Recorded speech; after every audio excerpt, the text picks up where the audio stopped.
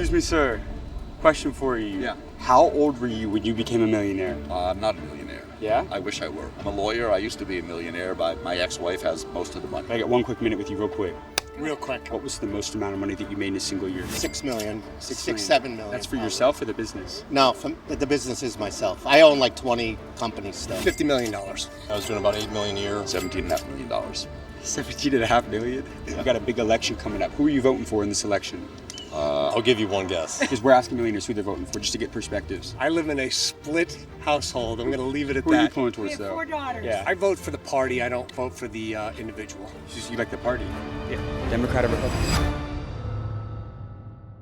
Today, we are in one of the wealthiest cities in the entire United States to go around asking millionaires and billionaires how they became wealthy and who they're going to be voting for in the 2024 presidential election between Donald Trump and Kamala Harris. We're in Austin, Texas, home to nearly 40,000 millionaires and over 10 billionaires. And we're going to be figuring out their secrets to becoming financially free and who they're going to be casting their vote for to run the country for the next 4 years. So with that being said, let's get this video on the way. Excuse me, sir. Yes. Quick question for you. Go ahead. Have you ever been broke before? No. No? In what line I'm of a business? very wealthy dude. Yeah? Yeah. What line of business did you end up in? I was builder developer, So you were in real estate. real estate. Buy dirt. My father always told me buy dirt. Any kind of dirt you can buy. Do you like commercial or residential more? I do both. Yeah? Did both. What was the best real estate transaction you ever had? The best real estate deal you ever did?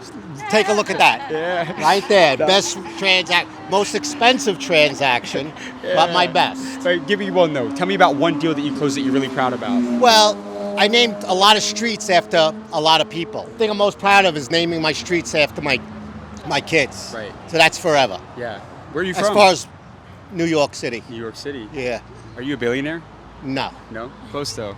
Maybe. Yeah, well, real quick, a couple quick last ones real quick. So I started a channel here in Austin. I go all over the country interviewing the most successful business owners. Yes. What was your secret to creating wealth in real estate? Failure.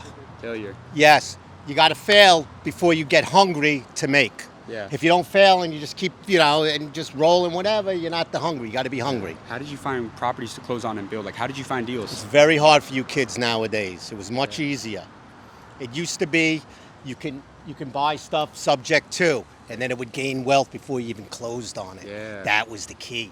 No more. Now, it's a risk.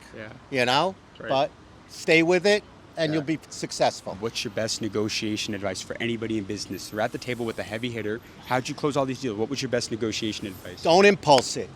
Let them make it like you don't really want it or need it. You can't be desperate to get a deal done. No, can't be desperate. Yeah. And you got to use your own money. Don't use the banks because they're the only ones that make the money. Yeah. So what's a lesson about money that banks don't want people to know? Don't always listen to what they say. If they say they want 6%, you make it that it's 4%. Otherwise, you're not doing it. Then you start walking out. Yeah. Oh, excuse me, no, come back Yeah. to the table.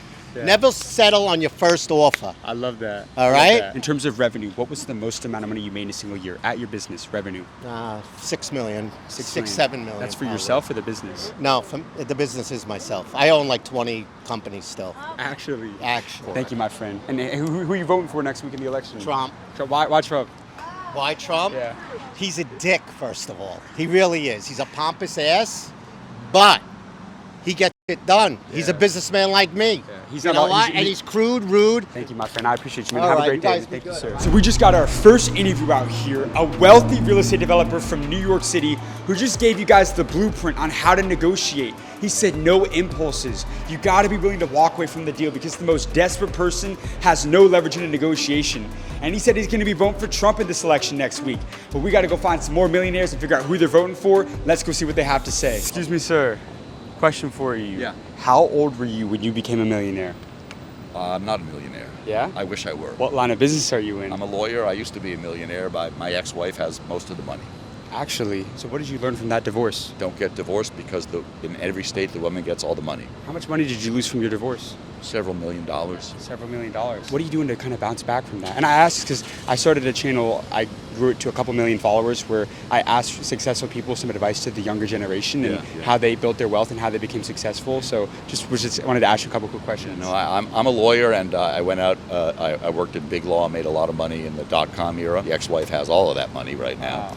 And she kept all the house, and she lives on very high on the hog in Florida. I got remarried, and I'm now separated, and decided not to get divorced, even though we're separated, because I don't want her to have all my retirement. So it's safe to say marriage is a business.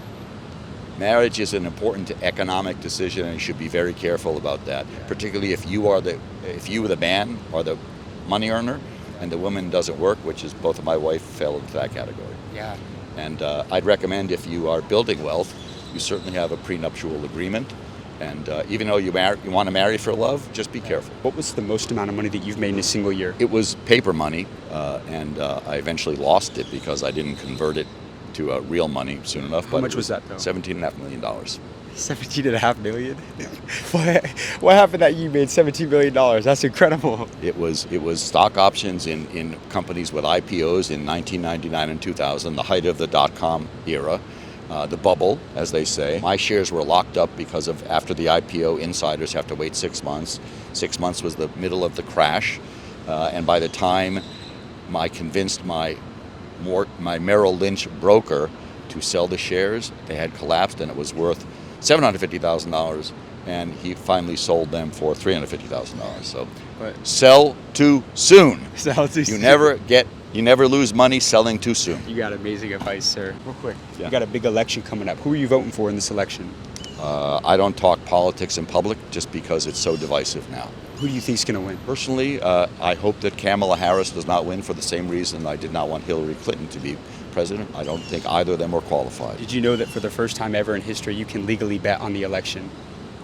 I did know that. Yeah, there's a platform called Kalshi where people can bet on who's winning. Right now it's closer to 50-50, so you can make some pretty good returns if you bet on using this platform called Kalshi. There's only 1 or 2% at issue. Yeah, we need to go, but there's only 1 or 2% at issue. It's going to be really close. Who knows? It depends upon how they count the ballots. And guys, you hear it time and time again. The most important decision that you will ever make is the person you decide to marry. And like I said at the end of that interview, guys, for the first time in history, you can legally bet on who you think will win the 2024 presidential election thanks to a platform called Kalshi. Kalshi makes it possible for you to bet on not just who you think will win the general election, but who you think is going to win the individual swing states in places like Georgia or Arizona, who you think is going to take control of the House or the Senate. And you can bet on way more than just politics in the election. This platform, Kalshi, has already facilitated $1 billion worth of trades. And if you're at all invested in politics in the general election and you have confidence behind which candidate you think you will win, waste no more time and head over to Kalshi.com/hardknocks to place your bet on who you think is going to win the general election. And if you use our link at Kalshi.com/hardknocks and deposit $100, you will receive a $20 credit to place your bet. And the beautiful thing is both candidates are trading about 50-50, meaning no matter which candidate you place a bet on, you can have some serious returns on your investment. So head over to Kalshi.com using the link down in the description or Kalshi.com/hardknocks. But with that being said, let's go get this next interview. Excuse me, sir. Quick question for you. I know who you are. I see you online all the time. Yeah.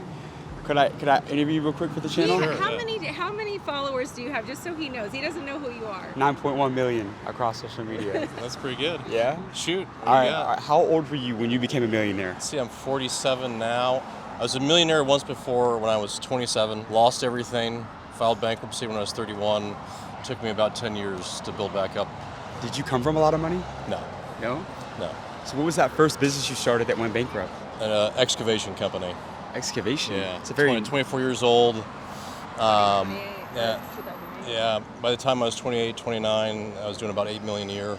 Actually. 31, 2008, crisis happened. Lost everything, had to file bankruptcy. Took 2 years off. Met my beautiful wife. Traveled the country and started over again. So what's the greatest lesson that you've learned about entrepreneurship, building numerous companies to multi-million dollars? You lost it all at one point, made it all back. What's the greatest lesson you've learned about entrepreneurship throughout your career? That you can tell people more about what not to do than what they can do. Yeah. And find a good wife to support you through the million businesses that you'll start. The other thing is it just takes a whole lot more effort than what people realize because nobody else is going to do it for you. Like Yeah. you have to do it yourself. No, there's nobody else. There's no owner. There's no VP. You're the owner. You're the VP. You have to make it happen. So in other words, nobody's coming to save you. Nobody's coming to save you. Yeah. How did you get the money to start your business? Sweat equity. Sweat equity. Yeah, So sweat equity. You worked your ass off. Is what Yeah, you say. yeah. I went to school at night to learn how to basically be a project manager, owner. I learned how to run the equipment at the trade school. So I worked a job of the day running equipment, and at night I went to school to learn how to be a project manager, estimator, negotiate contracts, all that stuff. So I was hustling. But you ended up in excavation. Yeah. There's a saying, riches are in the niches. Yeah, you know what you're talking about. I'd be pretty impressed. Did you almost kind of create your own market there, or like how? Like I'm just curious, like why excavation out of all the, like why that niche particularly out of any business you could have been in? For me personally, I love being outside.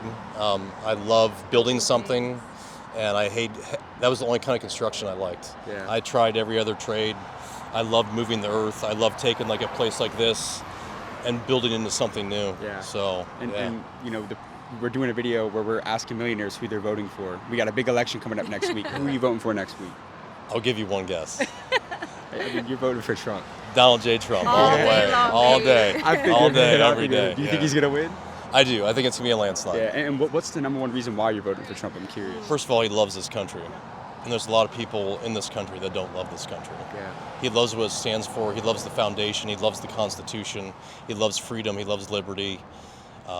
And he loves the pursuit of happiness. Yeah, thank you so much for your Yeah, time. you So I bet, really man. appreciate it. You Yeah, got you bet. amazing advice. We just got another multimillionaire out here, and he took his business to nearly $10 million before the time he was 30. But he went bankrupt. He lost it all, and it just goes to show, guys, that the realest entrepreneurs in the game, you could take everything away from them. Their businesses, their money, everything, but you can't take away the skill sets and the mindsets that they developed to build $1 million businesses. Great interview out here. And we got another business mogul that said he's gonna be voting for Trump. And this is crazy surprising because we're in Austin right now. This is the most liberal city in Texas. The last couple of decades, it's gone blue for presidential candidates and other people running for office out here. But it's 3-0 Trump so far. We gotta go get another one and see who these people out here are gonna be voting for. Come on. Excuse me, sir. Question for you. I started a channel here in Austin at UT. I grew it to 9 million followers. A what? I started a channel at the University of Texas. I grew it to 9 million followers. Real quick, I go all over asking successful people 2 or 3 quick questions on their best advice to the younger generation. Could I get 1 quick minute with you real quick? Real quick. Okay, what line of business are you in? I'm retired. What did you do? I was in finance. Did you ever own a business at any point in time? Or Yes, I did. Well, what company? What type of company? I own a couple of restaurants. A couple of restaurants. I did. What type of restaurants? American Fare, Yeah. What was the name of it? Bogey's Grill and Tap Room. How many locations did you have? 3. There's tough margins in the restaurant business, right? 100%. Right. You're either hugely successful or you go out of business. That's why banks don't lend money to restaurants. It's all privately financed. So what were you doing in the finance business? I was a bond trader. You know, in terms of revenue, right? Maybe either on Wall Street or when you were in the restaurant business, what was the most amount of money that you made in a single year? I'm not going to share that with you. Just revenue, not personal income. Just Revenue? $50 million. $15 million. You were in the money business. What's a lesson about money that banks don't want people to know? Give them some game right here, something that they won't learn in school right here. Because I know that you have some insider knowledge. You know what? Listen, I'm going to just tell you, what you're going to learn in school is really, really important, okay? What you learn in business, you learn hands-on, and you got to learn it yourself. And the best advice I can give a trader, or people who get into trading, if any great trader tells you he never lost money, then he's lying to you. Yeah, so there's a lot of loss that comes with it. Of course, But that's how you learn. Right. What separates middle class from wealthy people in today's world in terms of how they perceive or look at money? So the middle class saves, the upper class invests. Into what?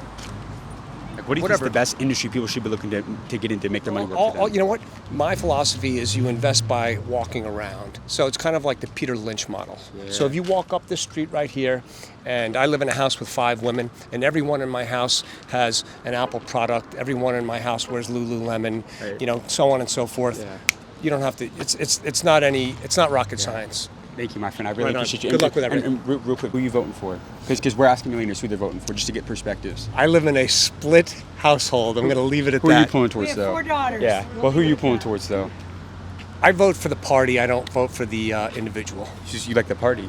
Yeah. Democrat or Republican? Republican. You're Republican, so you're going for Trump. Do you think he's going to win, or? I don't know. Yeah, it'll be a close one. That's right. Thank you, Right my friend. on, Have a guys. great day. Look, you guys, we just got a feel for who the millionaires out here are going to be voting for in the general election. But that's a wrap on today's video. So be sure to leave a like and subscribe for amazing content we've got coming very, very soon. Because every week we're asking the wealthiest Americans, the top 1%, how they became financially free, and how you can do the exact same thing. And if you haven't joined yet, I have a private entrepreneur community called the School of Mentors, where inside of it, every single week, I host live calls with the millionaires and the billionaires that I interview on this channel, where you can learn directly from them and ask questions about how they became successful and learn skills like how to sell, how to market, how to create wealth in real estate, and a bunch of other different industries. You do not want to miss out on this opportunity at all. So to join my community, use the link down in the description of this video, or use the link that's up here on the screen right now. I can't wait to see you on the inside of the community. But with that being said, we'll see you in the next video.